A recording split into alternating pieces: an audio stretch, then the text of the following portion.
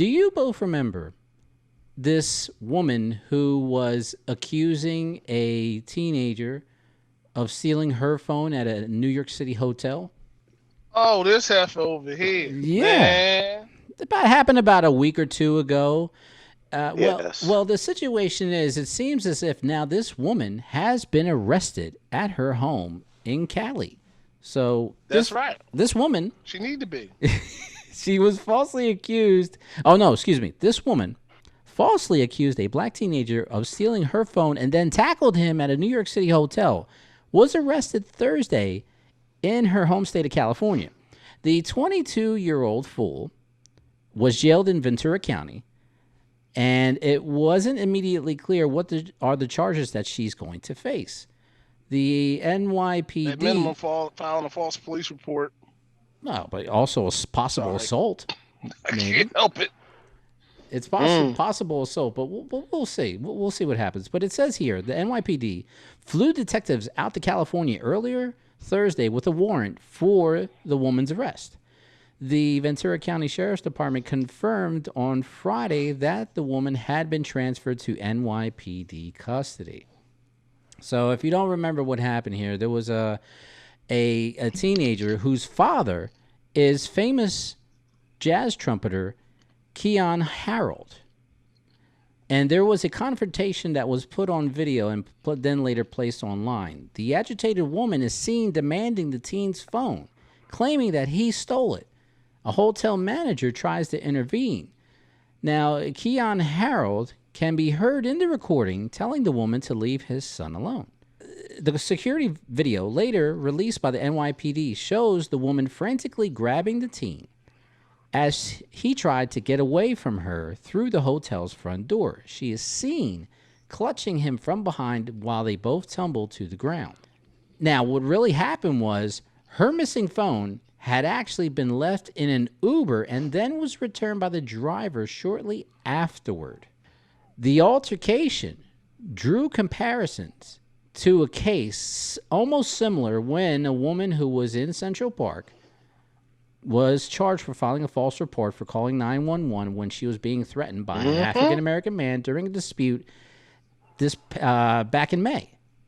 So, Cortez, GPS, whoever wants to chime in first about this. And, it sounds like Cortez here, so go ahead. I've seen the footage. I've seen the video. This woman was a straight up what you call a straight up Karen. I'm sorry, but she went after this young teenager. And if you see the teenager, he look like a grown. That's a problem. And I'm glad his dad did say something about it. His dad was pissed for the fact that this woman, she looked at his son as a grown man. Right. This boy was pushing 13, maybe 14 years old, but he looks older. And the father said, if I was not there, it would have got worse. My son would not know how to deal with it because he has not been thrown in a situation like that. So, I mean, when I look at this, it makes me think about all my students. My students are around the same age as this gentleman is. Okay. This young man is. And you got this older white woman or male coming up to them saying that they stole something. And then they wonder why, that I felt as though the father, he wanted to probably put his hands on that woman, but if he did, it would have got worse. Yeah. I really believe they would have got his ass real good. So he didn't do what he didn't do because he even said it in the interview. He was like, that's my son. He's like, you're attacking my cub. I should have, I'm shocked he didn't put his hands on this woman. This woman, she felt black was negative, and she went after that guy. It could have been anybody else in that lobby, but she went after that. She went after that young man for no apparent reason because of color of his skin. Now she's probably going to say, "Oh, I made a mistake. She hasn't apologized. She went on a run, so that tells you right there she's not apologetic for what she did. But I think she will apologize because at this point, her reputation and whatever career she had is pretty much destroyed right now.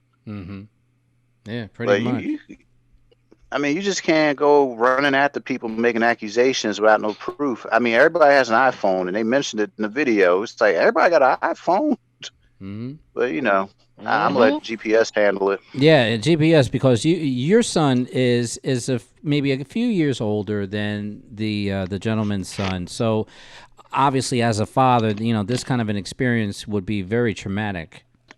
Oh, definitely. As a matter of fact, a few years ago, uh, my son had apparently he had asked a neighbor because there was some fighting going on in the household. Mhm. Um, the question he had for the neighbor was, the next time does this fighting go on, do I have to intervene? When I found out about that conversation, I pulled him to the side and I said, listen, I don't know all of what goes on down there, but I just want you to know that if anything happens down there, you're in trouble. You need to get out of that house. You need to find a neighbor to go to, and then you need to call me.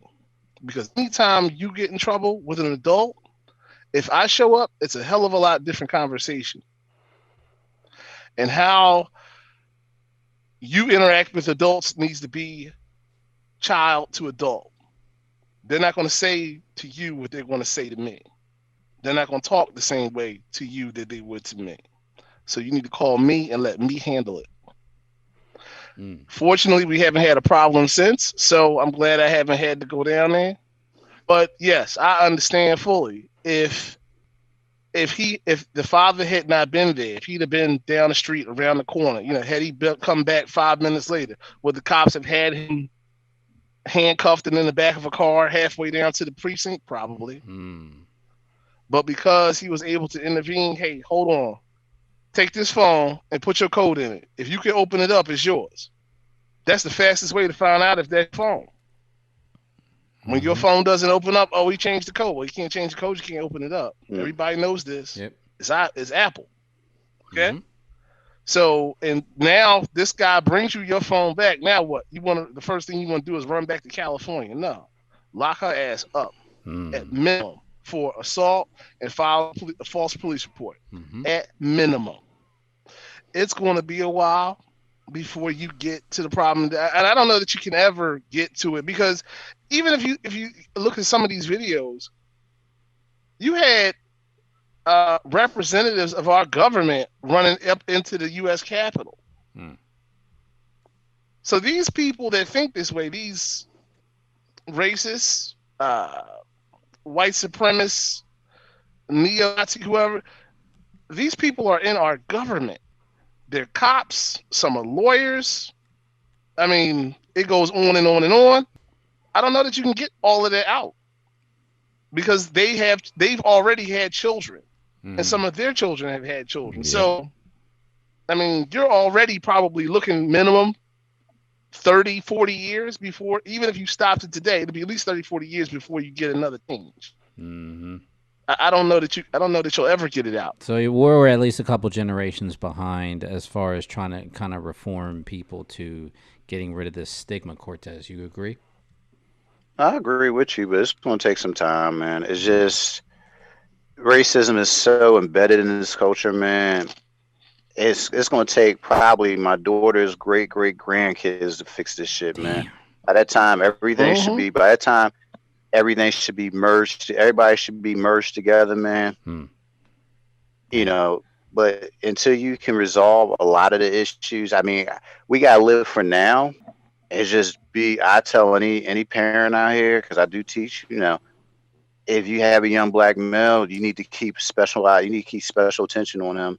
You need to educate him about, when he goes out, these are the rules that you need to go by if you want to make it back home alive. Even with your black daughters also, because the world is not fuzzy and pink like we think it is.